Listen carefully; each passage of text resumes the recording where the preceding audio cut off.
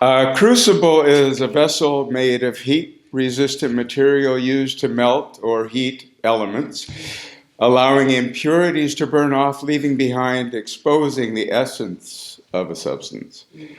The Bible uses the term to describe an extreme test of one's faith. The House Committee on Un-American Activities, HUAC, was a congressional committee formed to investigate communist and subversive activities in our United States. It flourished during the Red Scare of the 50s and led to loyalty oath requirements for federal employees, teachers, and others, and to the blacklisting of many. Anything that could be seen as against the corporate, political, capitalist status quo opened someone to suspicion, and suspicion was enough to ruin lives and careers. The Hollywood 10, the first to be put on the blacklist, were left-wing writers and directors who were cited for contempt of Congress for refusing to testify before the committee. The committee then proceeded to subpoena any and all creatives who had even a hint of sympathy for liberal politics. The actress and director Lee Grant was asked to speak at the memorial service of the actor J. Edward Bromberg, who'd died of a heart attack at the age of 47, not long after refusing to testify before Congress. Ms. Grant, in her eulogy, blamed the committee for hounding him to death. Her name appeared on the blacklist the following day. She refused to testify, refused to name her husband as a member of the Communist Party, though they already knew he was. And she didn't work for a dozen years, cutting away the prime of her career. The committee put out the word they were coming for you, but if you came to them and kissed their asses first, denouncing your former association with leftist politics or the Communist Party, and naming others you knew to be sympathetic to the cause, they gave you a pass. You could go back to work.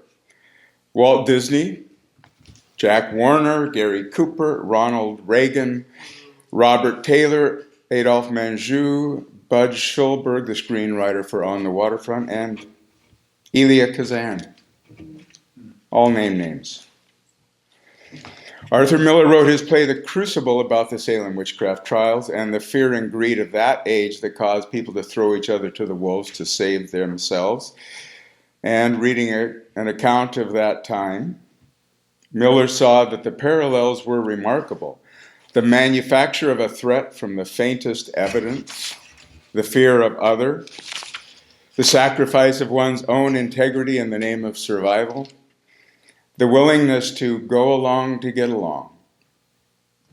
It was the perfect allegory for what was happening to the entertainment industry of his day. If you were accused of being a communist, you either sold out your friends and your values or you paid with the loss of your career. And on the very eve of traveling to Salem to do research for the play, Miller was asked by his friend Elia Kazan to meet with him. Kazan had directed Death of a Salesman on Broadway, cementing both of their careers.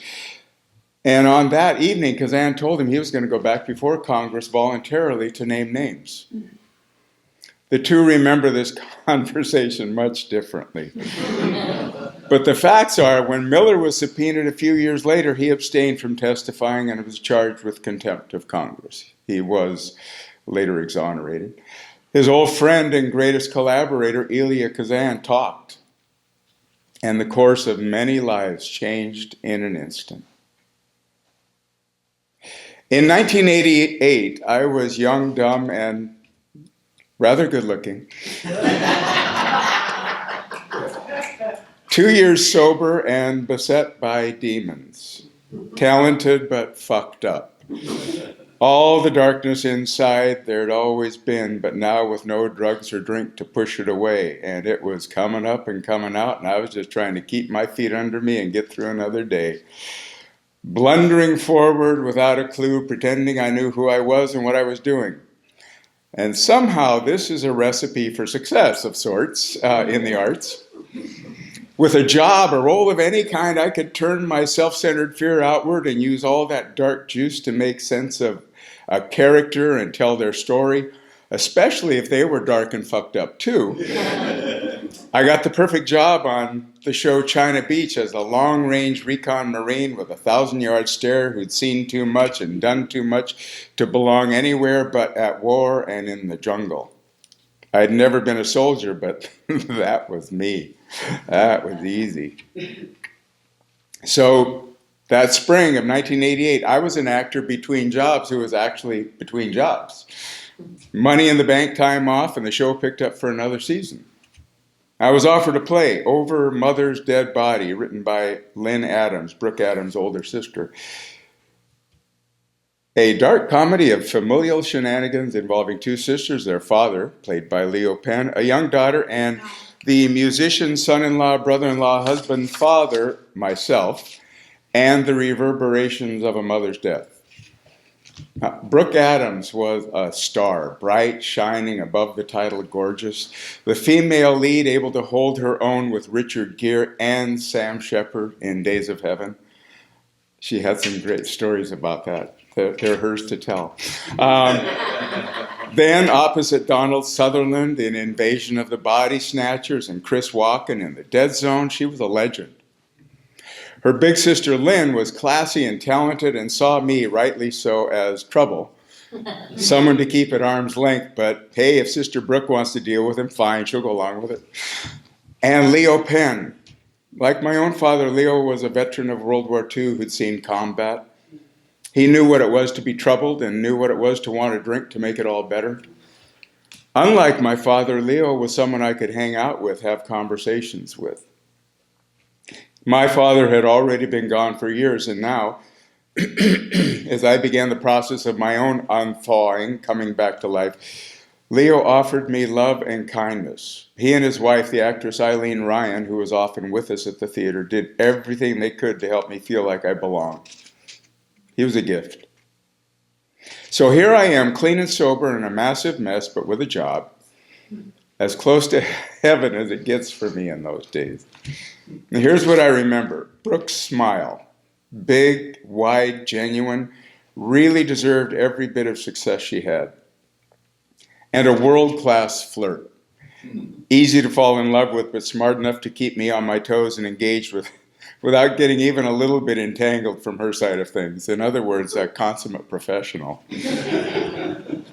I have a long love song that I play on my piano and sing to Brooke toward the end of the first act, written by a friend of mine, Neil Rosengarten. It has to be one of the silliest songs ever, but I sang it like I meant it. Sample, verse, chorus. It is no wonder that I love you, and I love you because you've really been nice to me. Want to be under and above you, and I love you because you've really been nice to me. I don't want no other lover's affection. I just want you to be in the room. How can I deny it when my blues I lose? Thank you very much. And working with Leo, our big two-person scene opened Act 2. I wish I could remember what our conversation was, but we discussed philosophy, worldview, politics. It was the high point of every performance for me. I got to listen to this man. And in my acting, the most important job is to listen and listen and listen, which worked great for me because it got me out of the inside of my little self-obsessed headspace, and which really came in handy with Leo. Because Leo was old school. He was winning awards on stage literally before I was born. And like many of that era, he too had a fondness for scotch. Think Peter O'Toole, William Holden, Richard Burton. Leo never drank before the show. That would have been unprofessional. He did, however, have a couple of scotches during intermission.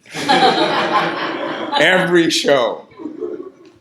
The scene was always there, but it was never the same one night to the next. All the lines, all the ideas, they all got used, but Leo would sail off into the ethers and I'd just follow along. Both of us just trusting and dancing together and having a gas. And we never lost the thread.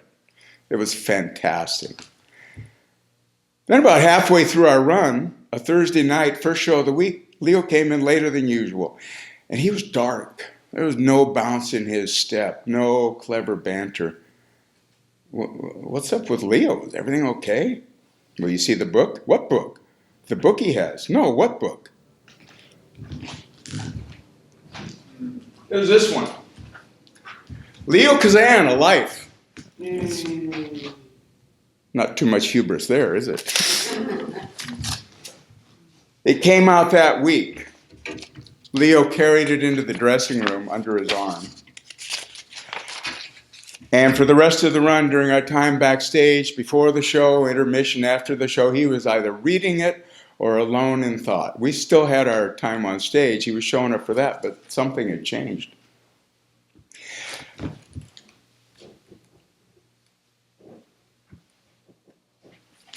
Leo was a patriot. He was a highly decorated soldier, a tail gunner and a bombardier. His crew was shot down twice, both times parachuting safely over land controlled by the Allies, and they set the record for 37 low-altitude sorties over German territory. For context, life expectancy for airmen of that time was 7 missions. Everything past that was voluntary.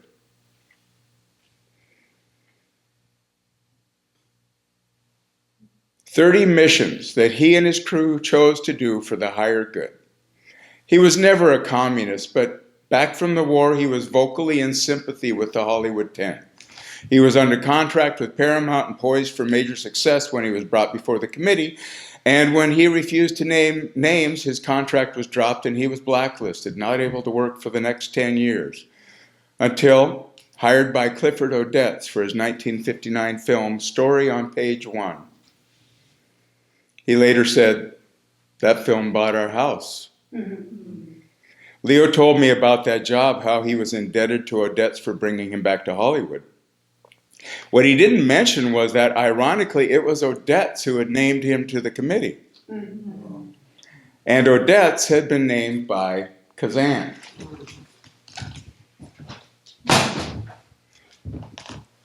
Leo had worked with Kazan on Broadway and Cat on a Hot Tin Roof, and they'd been close, but after Kazan named names, that was it. Even almost 40 years later, the sense of betrayal and the anger were still fresh. Dalton Trumbo, one of the Hollywood 10, gave a speech to the Writers Guild in 1970, saying of the blacklist, "It will do no good to search for villains or heroes because there were none. There were only victims." Except for Kazan. In an interview before his death, Trumbo said, "Kazan is one of those for whom I feel contempt. He carried down men much less capable of defending themselves than he." Kazan sold out friends, colleagues, and his own political values to save his career. Others did the same, caught between the rock and the hard place of that time. But unlike most, he never apologized. He never took responsibility. In fact, he took out a full-page ad in the New York Times 2 days after his testimony, urging others to name names as their patriotic duty, and rationalizing his own naming of names. A few films later, and written by another cooperating witness, Bud Schulberg, Kazan made a glorification of a character testifying against mob involvement in On the Waterfront. Dalton Trumbo's son, Christopher Trumbo, had this to say: "It's interesting that 2 stool pigeons do a film justifying being stool pigeons, putting the best view on it. Yet, when they turned on people in their own lives, there was no murder or crime. They didn't give anything up. In fact, after they testified, they kept working. They were rewarded." I think Leo was reading Kazan's book to try to make sense of how a man, another artist, could cause so much hurt and damage and still be able to live with himself. He wanted an acknowledgement of the weight of loss that Leo and so many others carried. The stolen years, the unmade films, the ruined careers. Just a moment of awareness, of regret. And what he found instead was arrogance, rationalization, contemptuousness of everyone not on his side. and hubris. In the book, Kazan describes a photo taken the night he accepted his Oscar for On the Waterfront. Quote, "My face has a look no one else's has. I was tasting vengeance that night and enjoying it. On the Waterfront was my own story. Every day I worked on that film, I was telling the world where I stood and my critics to go and fuck themselves." Crucible. Noun. A crucible is a vessel made of heat-resistant material used to melt or heat metals, allowing impurities to burn off, leaving behind, exposing the essence of a substance. The Bible speaks of the Lord using adversity to test the character of the faithful. Thank you.